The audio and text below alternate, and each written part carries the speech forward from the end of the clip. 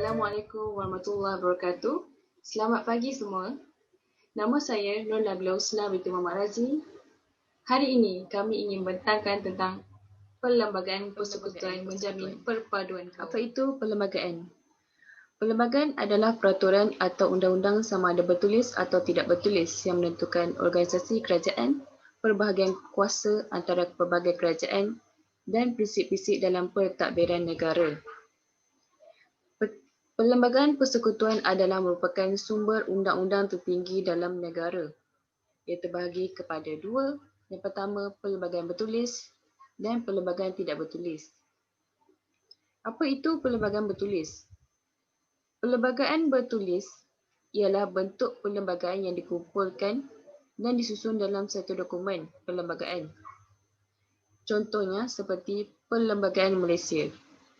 Manakala perlembagaan bertulis seperti di Britain meliputi semua prinsip perlembagaan yang tidak dikumpulkan dalam satu dokumen seperti undang-undang yang diluluskan oleh Parlimen dan keputusan-keputusan mahkamah.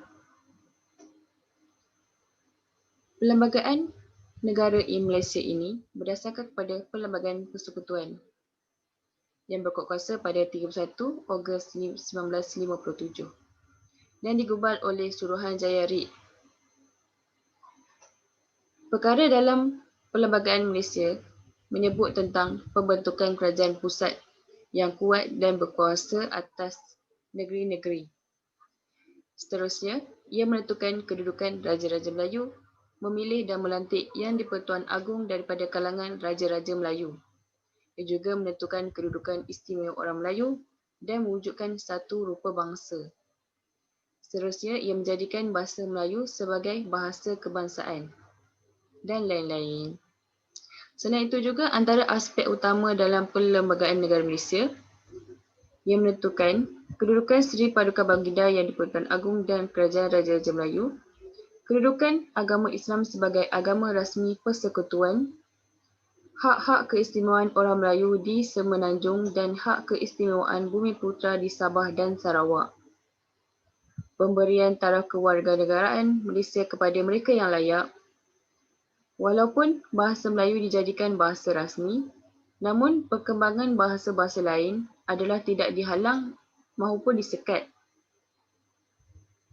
Malah, bahasa Inggeris sendiri dijadikan bahasa kedua Malaysia. Itu saja dari saya. Assalamualaikum warahmatullahi wabarakatuh. Nama saya Nur Saira Syafiqah binti Noli akan membentangkan isi yang pertama iaitu jaminan taat setia rakyat yang tidak berbelah bagi. Perlembagaan Persekutuan menjamin perpaduan kaum memberi kepentingan kepada negara yang kita boleh lihat pada isi pertama iaitu jaminan taat setia rakyat yang tidak berbelah bagi. Kita boleh lihat ada contoh pada zaman dahulu. Apa itu taat setia dan tidak berbelah bagi ialah lebih 600 tahun dahulu taat dan setia kepada raja memang terbukti menjadi asas membantu membina empayar Kesultanan Melayu Melaka yang memerintah hingga menjadikan kerajaan itu berkembang, maju dan dipandang tinggi di seantero dunia. Kesultanan itu yang bermula pada abad ke-15 dengan para mesyuara pengasas dan pemerintah pertama Melaka yang kemudian memeluk agama Islam menggunakan gelaran Sultan Iskandar Shah pada 1414. Mentadbir negara itu hingga menjadi pelabuhan dan pusat perdagangan antarabangsa. Kegemilangan Empayar Melaka yang juga kerajaan berdaulat pertama di tanah Melayu terbina hasil kerjasama erat antara pemerintah dengan rakyat yang hidup dalam penyatuan. Menerusi konteks institusi diraja di Malaysia hari ini yang terdiri daripada rakyat berbilang kaum, raja dan rakyat juga ibarat berpisah kira. Berikutan kita mengamalkan sistem demokrasi berparlimen dan raja berperlembagaan. Prinsip kedua dalam rukun raga iaitu kesetiaan kepada negara membantu menjadikan Malaysia terus maju dan negara berdaulat. Mengambil kira kedudukan Malaysia sebagai negara masyarakat majmuk, pakar sejarah dan perlembagaan Prof. Datuk Dr. Ramlah Adam menyifatkan peranan raja dalam konteks Malaysia hari ini ialah memperkukuhkan perpaduan rakyat walaupun terdapat perbezaan agama, kaum serta fahaman politik. Rukun negara meletakkan unsur kesetiaan kepada raja dan negara untuk dipertahankan sebab Ia merupakan panduan hidup rakyat untuk mendukung perlembagaan negara. Oleh itu, semua rakyat telah diingatkan secara langsung ataupun tidak langsung mengenai matlamat sebagai rakyat Malaysia, iaitu mempunyai sifat sayangkan negara di samping menyemai semangat patriotisme di dalam diri mereka. Contohnya dalam perkara 24 Perlembagaan Malaysia menyatakan seseorang yang mempunyai kerakyatan negara lain akan dirucukkan kewarganegaraannya, manakala perkara 25 pula menyatakan bahawa seorang warga negara boleh dirucukkan kerakyatan jika terbukti tidak setia kepada negara.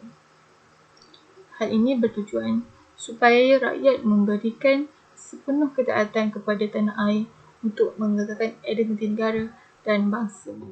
Saya Nur Ilia Akilah binti Zabah dan seterusnya saya akan mengulas tentang bagaimana dengan menetapkan bahasa Melayu sebagai bahasa kebangsaan dan menjadikan agama Islam sebagai agama persekutuan dapat menjamin perpaduan kaum.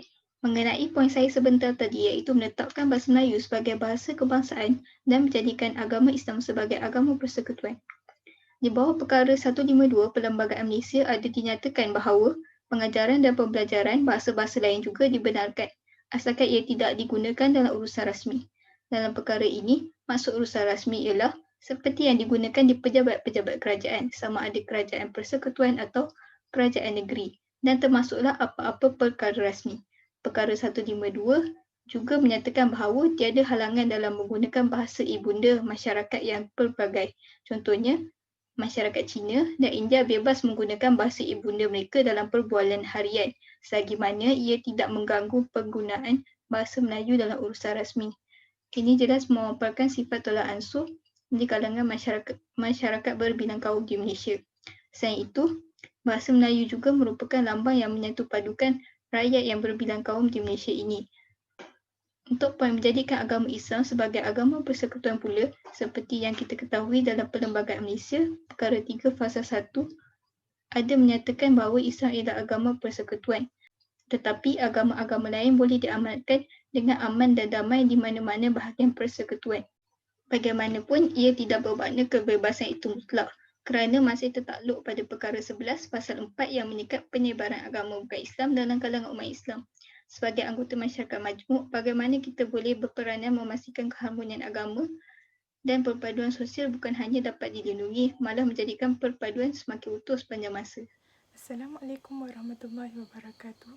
Saya Nur Zazian binti Yasin ingin membentangkan tentang perlembagaan juga mengiktiraf pemerintahan beraja yang telah sedia ada sejak dahulu lagi di dalam sistem perlembagaan juga mengiktiraf pemerintahan beraja yang telah sedia ada sejak dahulu lagi di dalam sistem pemerintahan negara.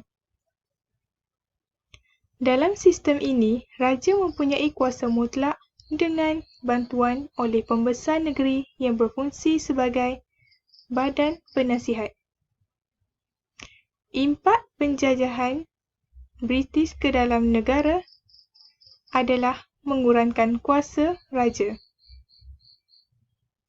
Raja juga perlu menerima nasihat residen British dan hanya berkuasa dalam hal ehwal orang Melayu dan agama Islam, menyebabkan orang Melayu menentang British. Setelah negara mencapai kemerdekaan, institusi beraja telah dikekalkan sebagai raja berperlembagaan selaras dengan amalan demokrasi yang diamalkan di Malaysia.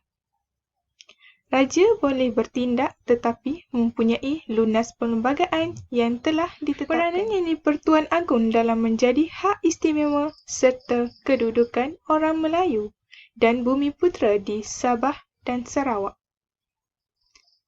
Pemberian hak istimewa tersebut ialah pemberian jawatan dalam perkhidmatan awam, beasiswa, kemudahan pendidikan serta pemberian lesen perniagaan dan perdagangan. Walau bagaimanapun, perlembagaan juga memastikan perkara 153 tersebut dilaksanakan dengan berhati-hati pelaksanaannya tidak mengabaikan kaum lain.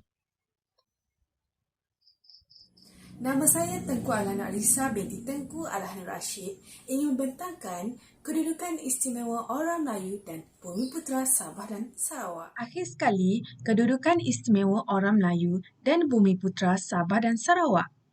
Orang Melayu merupakan penduduk asal negara ini. Dari sinilah nama Tanah Melayu terbentuk.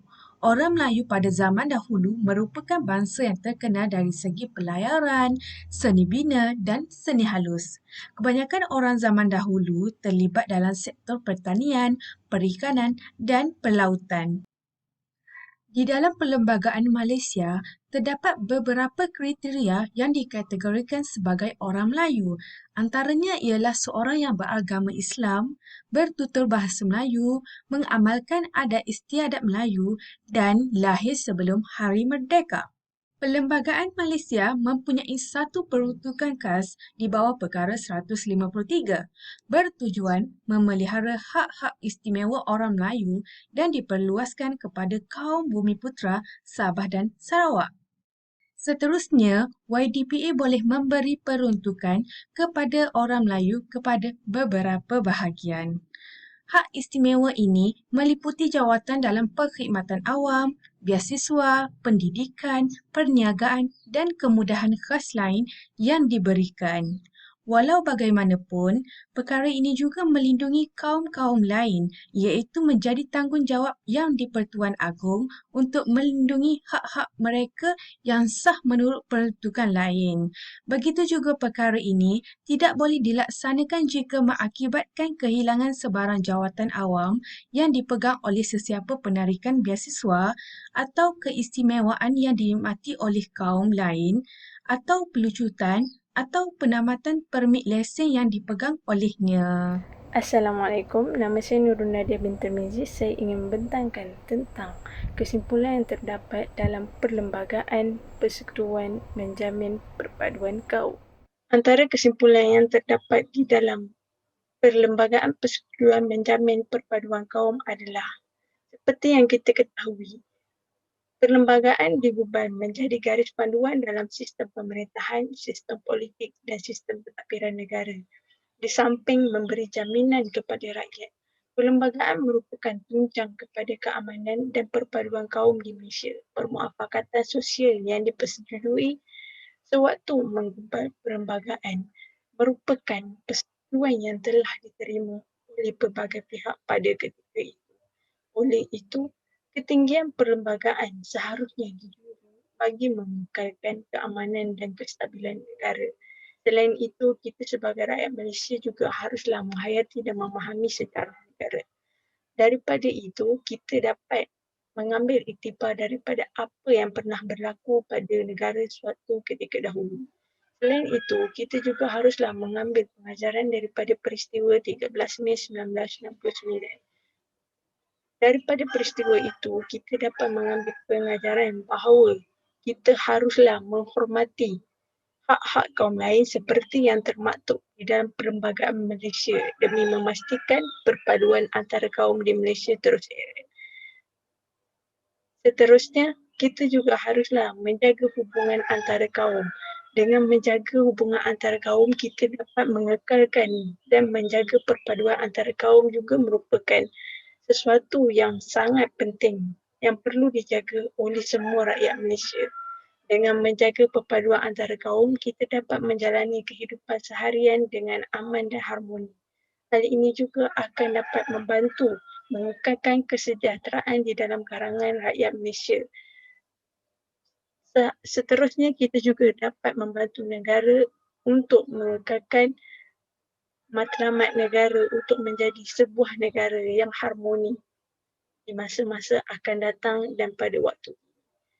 Kita juga, hal ini menunjukkan bahawa menjaga hubungan antara kaum merupakan sesuatu yang sangat penting bagi sesebuah negara tanpa mengira bangsa, agama dan warna kulit seseorang itu. Sekian saja daripada kami. Assalamualaikum.